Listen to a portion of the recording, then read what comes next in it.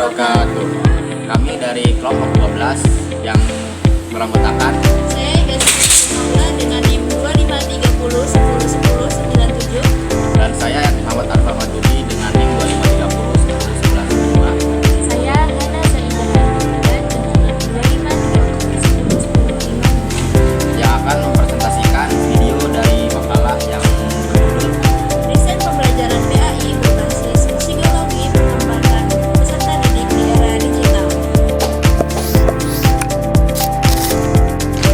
Di era digital saat ini, teknologi sudah menjadi bagian dari kehidupan sehari-hari, termasuk dalam dunia pendidikan. Proses pembelajaran yang sebelumnya lebih banyak dilakukan secara tatap muka, kini berkembang dengan memanfaatkan berbagai media digital seperti video pembelajaran, platform e-learning, hingga diskusi online. Pendidikan agama Islam atau PAI juga perlu beradaptasi dengan perkembangan tersebut. Namun, pemanfaatan teknologi dalam pembelajaran PAI tidak bisa dilakukan secara sembarangan. Proses pembelajaran tetap harus memperhatikan tahap perkembangan peserta didik, baik dari aspek kognitif, emosional, sosial, maupun moral. Selain menghadirkan berbagai peluang, era digital juga membawa tantangan seperti distraksi penggunaan gadget, paparan konten negatif, serta berkurangnya interaksi langsung. Oleh karena itu, desain pembelajaran PAI perlu dirancang secara bijak dan terarah agar teknologi benar-benar dapat mendukung pembentukan akhlak dan karakter Islami. Konsep desain pembelajaran PAI berbasis psikologi perkembangan menekankan bahwa pembelajaran harus disesuaikan dengan tahap perkembangan peserta didik. Desain ini mencakup 3 tahap utama, yaitu perencanaan, pelaksanaan, dan evaluasi. Pada tahap perencanaan, guru menganalisis karakter peserta didik generasi digital yang cenderung menyukai pembelajaran visual. Pembelajaran visual ini juga yang interaktif seperti media, feed infografis, dan platform e-learning dapat dimanfaatkan untuk membuat pembelajaran lebih menarik.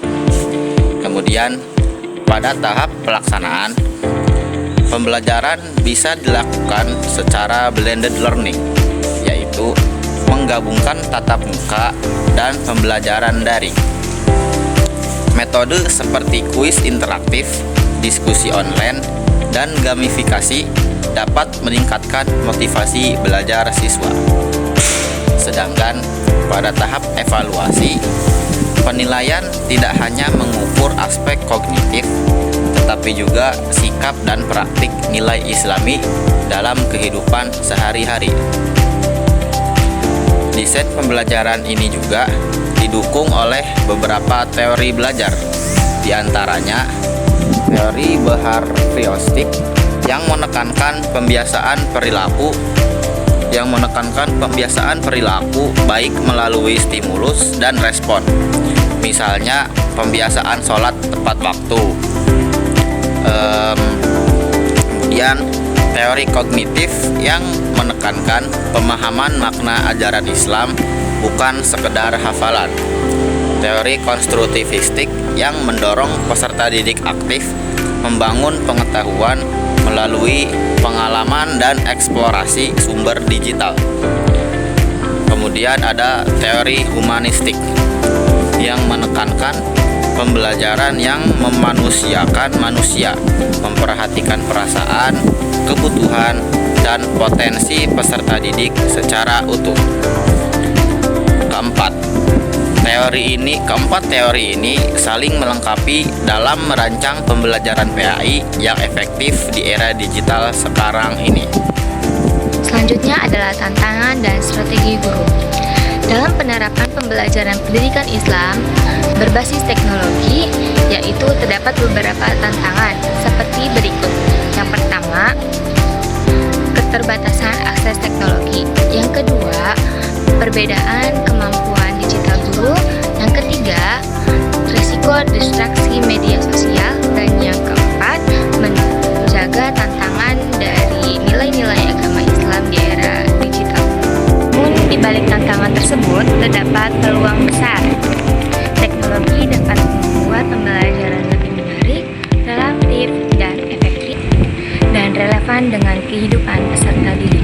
Agar pembelajaran PAI tetap efektif, guru memerlukan beberapa strategi seperti yang pertama, menggunakan platform e-learning, kedua, memanfaatkan media sosial secara positif untuk dakwah edukatif.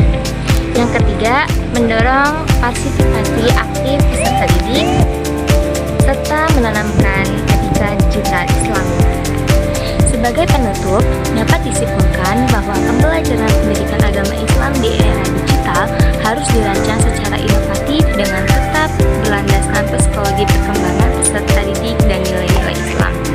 Dengan pemanfaatan teknologi yang bijak, pembelajaran pendidikan agama Islam tidak hanya menyampaikan pengetahuan agama, tetapi juga membentuk karakter, akhlak, dan kepribadian Islami peserta didik. Sekian dari kelompok 12.